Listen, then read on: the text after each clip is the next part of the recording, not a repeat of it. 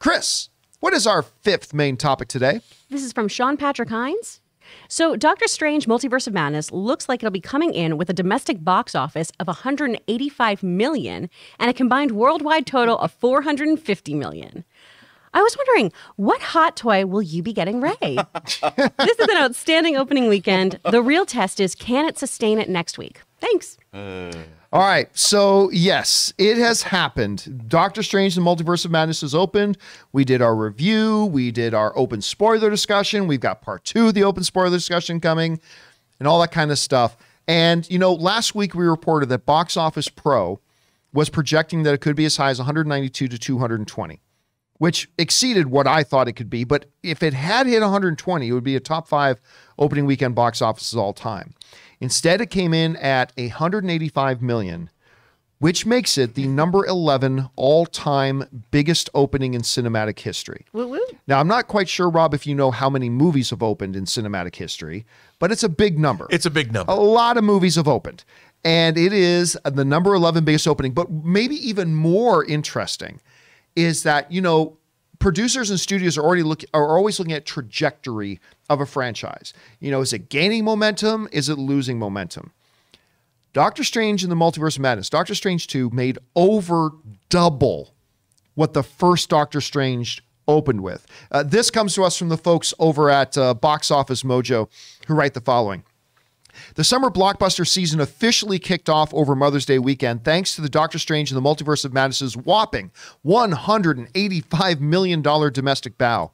The latest chapter in the hand-over-fist Marvel Cinematic Universe instantly became the biggest box office debut of 2022, trouncing its crosstown DC rival, The Batman, and its $134 million opening just 2 months ago. Pulling in $90 million on Friday alone, it was clear right off the bat that Disney's eagerly awaited follow-up to 2016's Doctor Strange, again starring Benedict Cumberbatch in the title role, was a record-shattering pace. By the time the dust had settled and all the receipts had been counted, 2 days later, director Sam Raimi's first superhero film since wrapping the original Spider-Man trilogy back in 2007 had become the second highest grossing film in North America since the pandemic began, bested only by Spider-Man No Way Home. And once again, that comes to us from Box Office Mojo.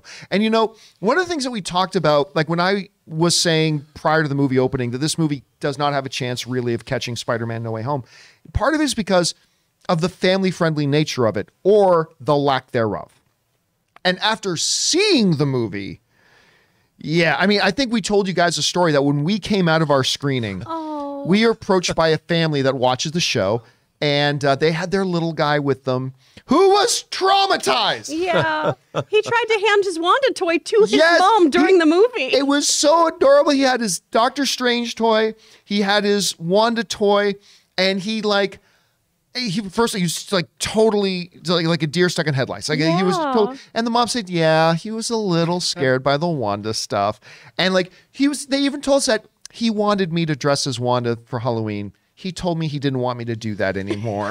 I mean, just traumatized by it. So when you look at these numbers and you look at these results, considering, again, only 10 films in cinematic history have ever had an opening weekend bigger.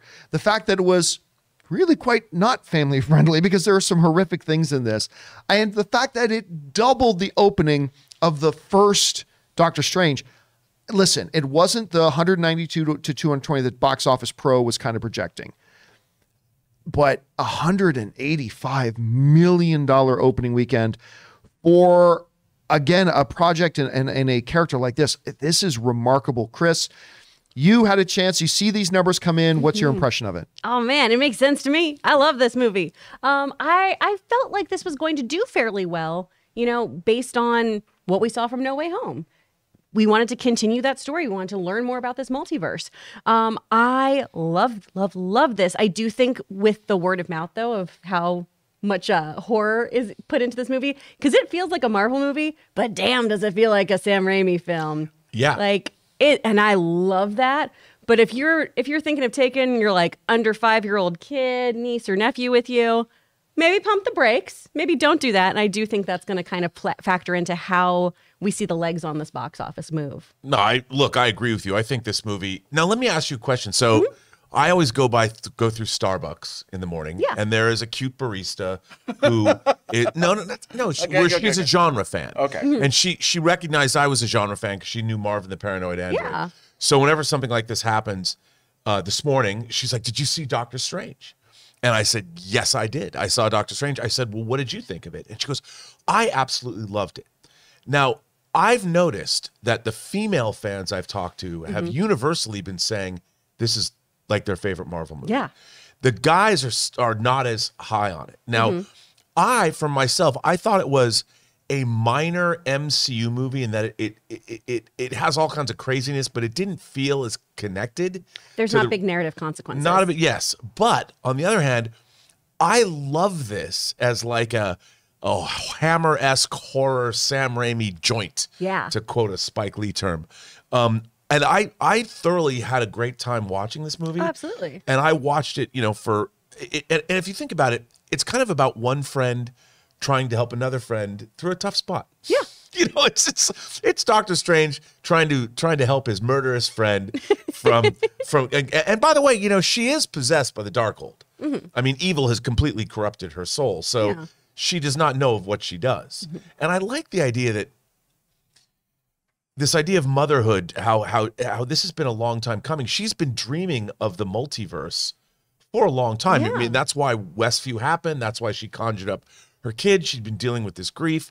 And I for that alone, I think this movie has a lot more going on. I mean, everyone's trying to pigeonhole it and say, well, how does it fit to the larger MCU? And I'm like, I think what's cool about this movie is that it's kind of unto itself. Right? Well, and as a comic book fan, don't you like a one-off every now and then?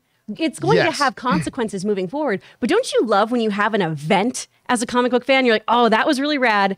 And now we'll get back to some bigger overarching stuff. I thought this was so fun. And it goes back to that kind of auteur thing, too, of letting a filmmaker do what they want to do within the MCU. It's still connected, but it has its own flavor, right? The MCU is like a really, really great album, and all these different movies are different tracks on it. They're going to have their own vibe. Yeah. All right, guys, the question is for you. What did you think about the box office results for Doctor Strange in the Multiverse of Madness? It more than doubled what the previous film had done, becoming the number 11 biggest box office opening of all time and eclipsing my second favorite movie of the year. Second? Yes. Second favorite film of the year so far, The Batman, as well. What do you guys make of all that? Whatever your thoughts are, jump down to the comment section below and leave your thoughts there. Hey guys, we want to take a second to thank a sponsor of today's video, HelloFresh. Now, Ann and I were both working professionals, so sometimes making delicious and nutritious meals can sometimes be very time constraining on us. And that is why we love HelloFresh. HelloFresh makes having delicious and nutritious meals fun, easy, and it saves us time and money. With HelloFresh, you get farm-fresh, pre-portioned ingredients and seasonal recipes delivered right to your doorstep. Skip trips to the grocery store and count on HelloFresh to make home cooking easy, fun, and affordable, and that's why it's America's #1 meal kit. And listen, HelloFresh is 72% cheaper than dining at a restaurant, and it's even cheaper than grocery shopping. That's money back in your pocket. HelloFresh has fit and wholesome recipes for satisfying and nutritious meals that you can feel good about with 6 recipes per week to choose from, including low-calorie and carb-conscious options. So right now, guys, go to HelloFresh.com/Campia16 and use the code Campia16 for up to 16 free meals and 3 free gifts. Once again, that's HelloFresh.com/Campia16. HelloFresh, America's #1 meal kit.